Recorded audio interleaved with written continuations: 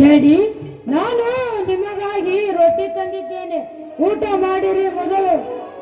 ಏನಪ್ಪ, ನನಗೆ ನೀನು ಊಟ ತೆಗೆದುಕೊಂಡು ಬಂದೆಯ? ಎಂತ ಪಾಪಿಗೆ ಉಪಕಾರ ಮಾಡಲು ಬಂದಿರುವೆಯೋ ಕಂದ.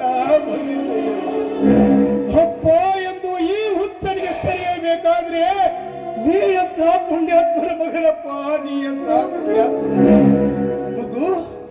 ನಿನಗಿಂತಲೂ ನನ್ನ ಹೊಟ್ಟೆ ಹೆಚ್ಚೇನಲ್ಲಪ್ಪ, ಇದನ್ನ ನೀನೇ ಊಟ ಮಾಡಿ ಬಂದ.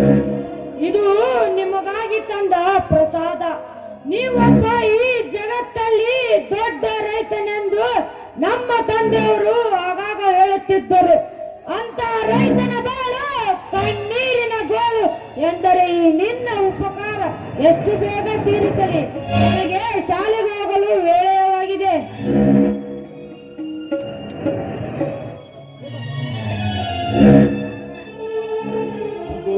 ಬಾಲಕ, ನನ್ನ ಶರೀರ ಎದ್ದು ಸತ್ತಂತೆ ಅಪ್ಪ, ಸತ್ತಂತೆ. ಈ ನಿನ್ನ ಋಣದಲ್ಲೇ ನಾನು ಸಾಯುವೆ. ಈ ನಿನ್ನ ಋಣವನ್ನು ನನ್ನ ಜನ್ಮದಲ್ಲಿ ತೀರಿಸಲು ಸಾಧ್ಯವಿಲ್ಲಪ್ಪ, ಸಾಧ್ಯವಿಲ್ಲ. ದಯವಿಟ್ಟು ನನ್ನನ್ನು ಕ್ಷಮಿಸಿಬಿಡಪ್ಪ, ಕ್ಷಮಿಸಿಬಿಡು. ಎಂತ ಮಾತಾಡಿದೆಯಪ್ಪ ನೀನು?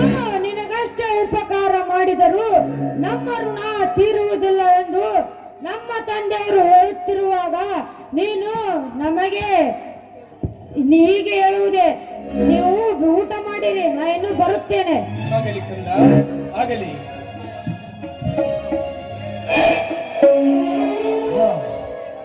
ಇವರ ತಂದೆ